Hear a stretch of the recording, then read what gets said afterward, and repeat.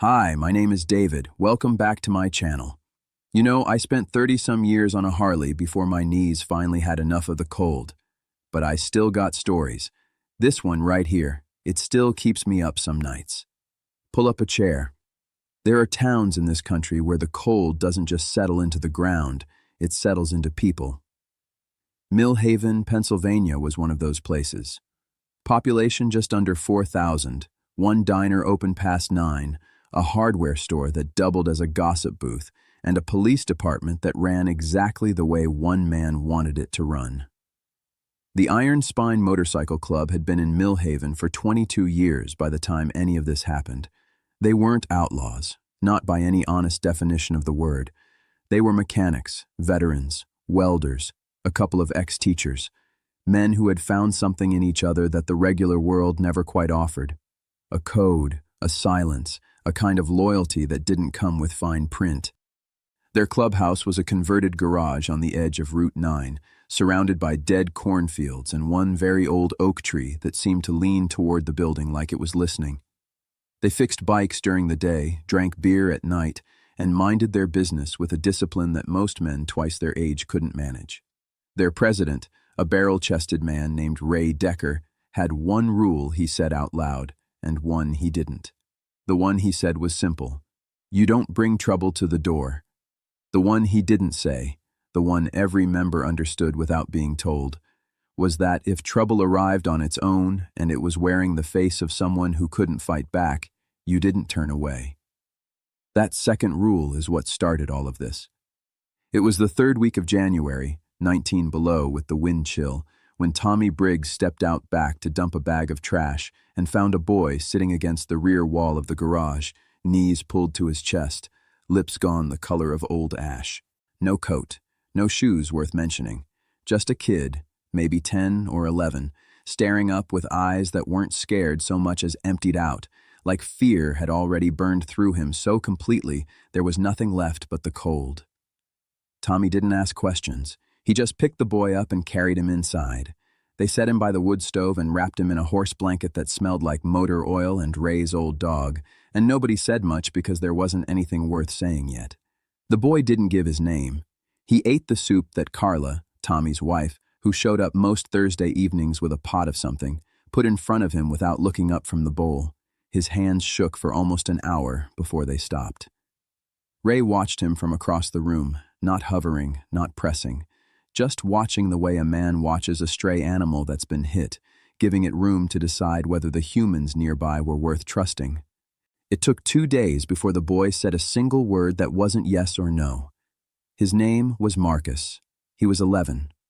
He lived on Holt Street, which was 3 miles east and a world apart, the part of Mill Haven where the houses had 2 stories and attached garages, and the kind of quiet that came not from peace, but from everyone keeping their mouths shut.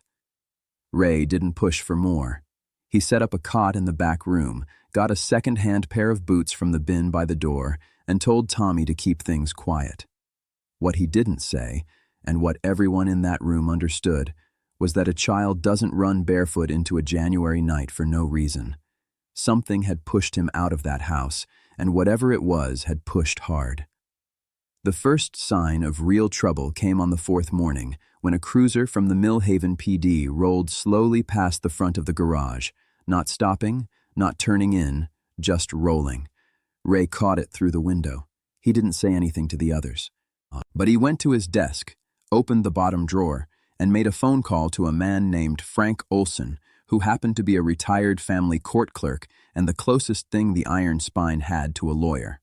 Whatever Frank said in that call made Ray go quiet in a way the other men had only seen twice before, and both times it had preceded something that changed the shape of things permanently. Frank called back 6 hours later with a name. The boy's father was a man named Dale Voss. Sergeant Dale Voss, to be precise, 14-year veteran of the Mill Haven Police Department, recipient of 3 commendations, a man whose photograph hung in the lobby of the town hall alongside the mayor's and the fire chief's. He was, by every visible measure, the kind of cop a small town puts on a pedestal. He coached youth basketball every fall. He shook hands at the 4th of July parade. He smiled in photographs the way men smile when they know they've built something airtight. Ray sat with that information for a long time. Then he went back to the room where Marcus was sleeping and stood in the doorway for a moment, not going in. The boy had finally stopped flinching every time a door opened. That was the detail Ray carried with him out to the main floor, where the other men were waiting. He didn't make a speech. He said simply that they needed to understand what they were dealing with, and that anyone who wanted to walk away from this had until the end of the night to do it. Nobody walked. 3 days later, Dale Voss showed up in person.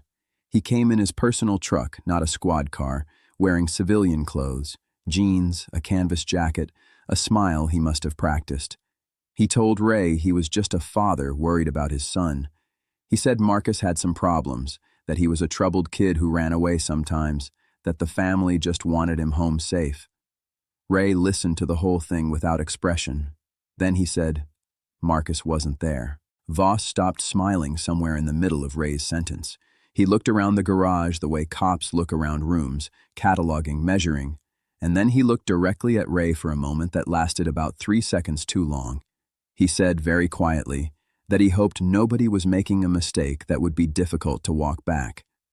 Then he left. That night, someone threw a brick through the window of Tommy's house. Attached to it was a piece of paper with 4 words written in black marker, and Ray read those 4 words alone, and then he burned the paper in the wood stove, and then he sat down and started making a different kind of plan. What Ray Decker understood, and what Dale Voss had apparently failed to account for, was that a man who lives by the code of a small town can be undone by the same code if enough people finally decide to say what they know. Ray had spent 22 years in Millhaven. He knew people. Not the people who waved from porches, but the people who saw things and stayed quiet because the thing they'd seen wore a badge. He started making calls, quietly, methodically, the way a man builds an engine, part by part, nothing forced. A nurse at the county hospital who'd filed 2 incident reports she'd never heard anything back about. A woman on Holt Street who had photographed her neighbor's car in the driveway on a night Dale Voss claimed to have been at a department fundraiser 40 miles away. A teenager who'd been picked up twice by Voss on pretextual stops and pressured in ways that had never made it into any report. Ray collected these pieces and drove them 3 towns over to a journalist named Sonia Reeves, who worked for the regional paper and had been trying to crack a story about Millhaven PD for the better part of a year. He didn't go alone. 2 members of the Iron Spine rode with him, not for intimidation, just because that was how they did things. You didn't send one man alone into something that mattered. Meanwhile, Frank Olson had found a family court judge in the next county who was willing to look at an emergency motion, and Marcus, finally, slowly, had started to talk. Not everything, not all at once, but enough. Enough to put words around the thing that had been living in his eyes since the night Tommy found him by the wall. Ray sat with him while he talked, not recording, not pushing, just present, the way a man sits with someone who's been underwater too long and is only just remembering how to breathe. The night before the hearing, Dale Voss called Ray's cell phone. He didn't threaten. He didn't plead. He just said, in a voice that was very controlled and very cold, that some things in life had consequences that lasted. Ray said he agreed completely. Then he hung up. The hearing was a Thursday morning in February, and by 9 a.m., there were 7 members of the Iron Spine Motorcycle Club parked in a row outside the Crestfield County Courthouse. Engines off, jackets on, not moving, not speaking. They weren't there to intimidate anyone. They were there because Marcus had asked, the night before, if they'd come. He'd asked it quietly, like he was surprised he was allowed to want something. Ray had told him they'd all be there. They were. Inside, Sonia Reeves's story had run that morning in the regional paper and been picked up by 2 larger outlets by 8 a.m., the nurses' incident reports, the timeline discrepancies, 3 former neighbors who had agreed to go on record. Dale Voss had not come to work that morning, and by 10 a.m., 2 investigators from the state attorney general's office were parked in the Millhaven PD lot. The family court judge reviewed the emergency motion, reviewed the statements Frank Olson had compiled, spoke briefly and privately with Marcus, and granted temporary guardianship to a maternal aunt who lived 40 minutes away and had been trying, without success, to get someone official to listen to her for 2 years. Marcus walked out of that courthouse between Ray Decker and Tommy Briggs, and he was holding a cup of hot chocolate that one of the Iron Spine men had gotten from the vending machine inside because the kid had mentioned once that it was his favorite. He didn't say anything when he came out. He just looked at the row of bikes and the men standing beside them, and something in his face, not quite a smile, not quite relief, something between the two, something that had no clean word for it, passed through him like light moving through water. Dale Voss resigned from the Millhaven Police Department 11 days later, ahead of a formal investigation that would ultimately result in criminal charges. Some stories don't end in a single moment. They end in increments, in paperwork, in small shifts that you have to wait to see fully. But if you'd been standing outside that courthouse on a cold Thursday morning in February, watching an 11-year-old boy walk into February sunlight surrounded by a group of men who had nothing to gain and everything to risk, you would have known the ending without needing the rest. The Iron Spine didn't ride that day. They stood still. And sometimes, standing still in exactly the right place is the most powerful thing a man can do. Marcus went to live with his aunt that spring. He learned to ride a bicycle on a back road near her house. Years later, Ray would say that of everything he'd done in his life, that Thursday morning was the thing he was least ashamed of. He didn't say it like a man looking for praise. He said it the way you say a true thing that doesn't need decoration, just flat and honest, the way cold air smells before the snow comes.